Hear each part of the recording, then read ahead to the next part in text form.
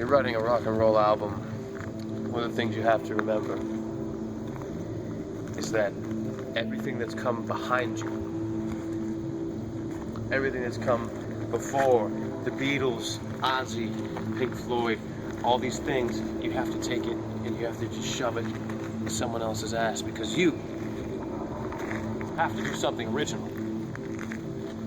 You can't just walk up and do a guitar record. You can't use sounds that have been used before. You have to alter sound in a way that is unique for the, not even for the market. We're talking about staining a consciousness. We're talking about telling people you're not just listening to a record, you're listening to an idea that's like a porcupine, and you're going to swallow this porcupine. It's going to kill you to listen to this album, but it will also be something you can never, ever look back upon and say, I was not affected by this album. I wasn't fucking fucked by this album, because you will be fucked by this music. You will be a different person. You might even be a transsexual. This is part of the earth.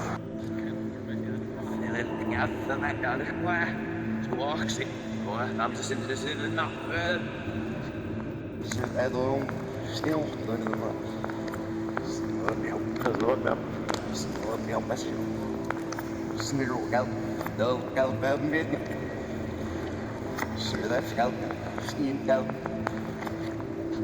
Hello, I'm the Lizard, and this is my poem. It's called How Could I Ever Thank Lilith?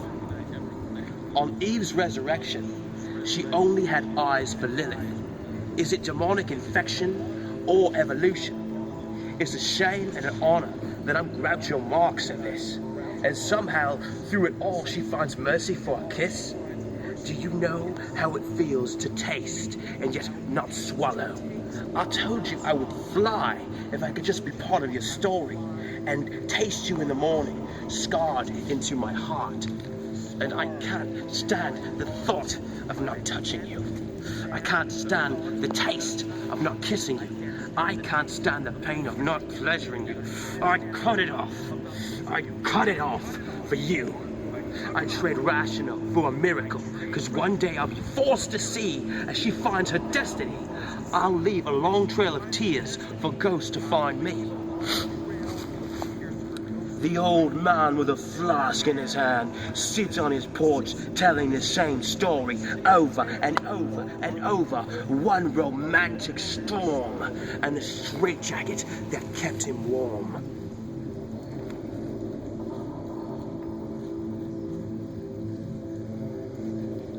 Here is an acorn we found at the park, but what I like to think of it as is an alien woman's nipple that somehow has come off and end up here with me.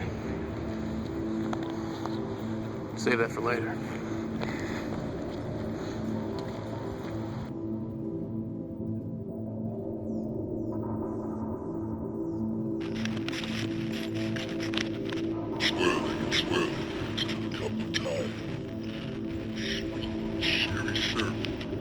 Into my mind. When substance lust meets the truth, an eternal madhouse repeats aloof. We left the 7-Eleven head to learn ways of eternal fucking glass. Ambrosia. A taste of starfire. We have noticed that the hours of operation of the liquor store are 10 a.m. and we are actually here at, well, I don't know, it's at the 10 a.m. I can't prove it, but how you bring immortal entropy to my soul. On this night, the moon is yours to control. Dreams and lies I dare to believe. Our tale will cut deep enough to bleed, for this reality has the power to etch scars forever. The origin of ambrosia. After the effigy burned, you danced inside my mouth. A pink venom so sweet brought me down. My heart goes blind when I'm inside of you. Her hair is like the shifting fire of an autumn's memory. A smooth goddess bronze wraps her bones. Her voice is like wine to a dying soldier's mind as she rides her strings in angelic time. Rape me in nature's motels, clothe us in landscapes of such grace that we dare to dream again. Time and love like water passing through burning hands. Teach me, my love, to make your body smoke. Teach me, my love, how to go away, because I dreamt I made love to a tight cycling flame. She twisted her chi into a fire-born chain, southern seasonal, somehow screaming reasonable. But the cosmic joke's on me, and I've broken everything in my house. The end. What's it all about? What is it all about? You know how much, I'm just saying, do you know how cool it is just to walk around knowing who you are? And you walk around with people and people are like, well, what are you doing here? Well, I'm like, well, look, I'm here to promote my music. And people are automatically intrigued. They're like, oh, you do music, you're a performer. Well, what do you do? And you're like, well, here's a copy of what I do. Here's a promotionary thing. And here's not the whole thing, because you need to sell, but promotion. Here's some of my music. Here's some of my comedy show. And so these girls go back to their little dorm rooms and they get all wet. They're about to masturbate with their eggs and shit. And they go, okay, let me check out this guy. So they check out the comedy show, they check out the music, and like, even if they're not spellbound, they're interested. They're like, wow, this was crazy, and this is something I can get into, you know? And so they tell their friends, look at this, and before you know it, we have reached a level of fame, because we're not just guys that go to High Point University, we're guys that are mobile.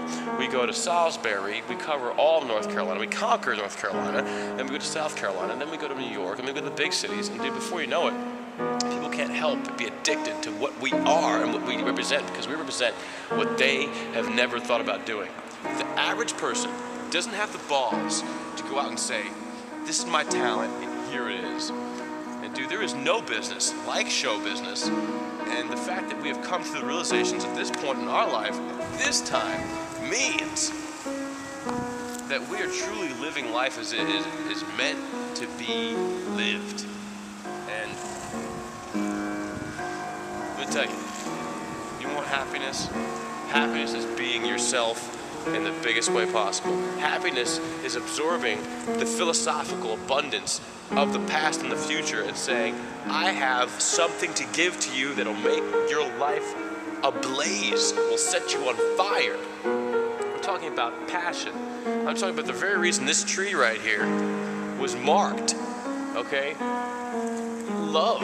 I'm talking about people want a life that can go, you know what? I'm gonna remember this day, because it wasn't a carbon copy of yesterday. It was a brand new thing. It was a brand new song. It was a brand new joke. It was a brand new reason to scream at the top of your lungs knowing that you're alive.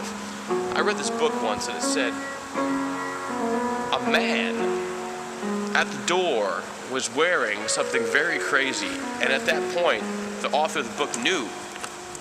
He said, I quote, I looked at this man and I knew he was definitely alive. And I say to you, people who listen, definitely be alive. Don't go out there and wear something. Don't go out there and project something that doesn't say you're definitely alive. Be definitely alive.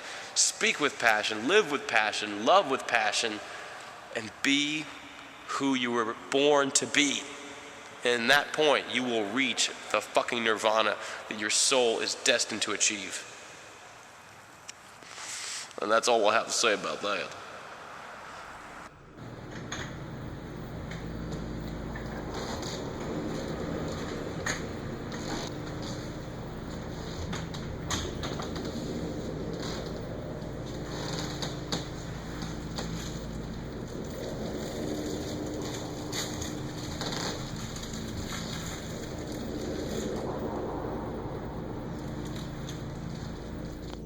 Don't fucking tell me.